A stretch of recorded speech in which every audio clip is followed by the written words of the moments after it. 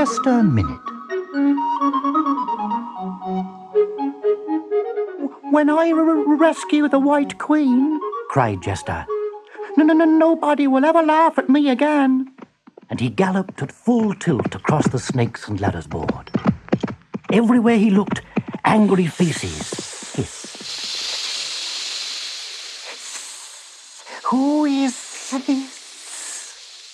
Ooh, thought Jester.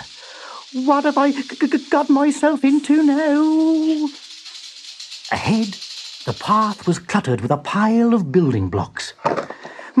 Maybe if I climb up here, I'll get a better view. Then he saw it. A tall, gloomy house with a ramshackle roof and tumble-down chimneys. I don't like the look of this place one little bit. But Jester crept up to the front door. It creaked open, and he peeped into the hall. Ooh, what an awful mess! The hall was dark and dusty. The house seems to be completely deserted. Perhaps it's haunted. Everything was draped in sticky cobwebs. His heart thumped as he set one foot on the stairs and drew the king's sword. But his hand was shaking. Jester pushed aside the cobwebs and took another trembling step, clutching the banister.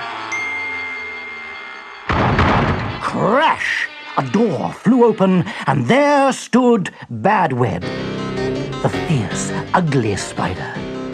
Jester crouched in terror as its huge eyes rolled. A leg reached out to grab him, but it got tangled in a mass of webs. The spider screeched with anger, and the whole house shook as he struggled to get free. Then Badweb lost his balance. Jester just had time to jump aside as the wriggling spider rolled head over heels and plunged down the stairs over his head. Like a great ball of string, Badweb tumbled out of the front door. He sat outside the house, unable to move. Jester picked up the king's sword, which he dropped in a panic. Oh dear! I still have to find the queen. I wonder where she can be. He looked everywhere, in every room. Oh, I could give up. Then he heard something. Yes, there it is again. Suddenly, the floor under him gave way, and he found himself falling into the darkness below. Jester landed with a bump on a cold stone floor. And there, right in front of him, was the White Queen, all tied up in Badweb's sticky cobwebs. I'm sorry to come in without knocking, Your Majesty, he gasped, and he quickly set about cutting her free with his sword. I'm very pleased to see you, Jester, said the Queen. You're so brave.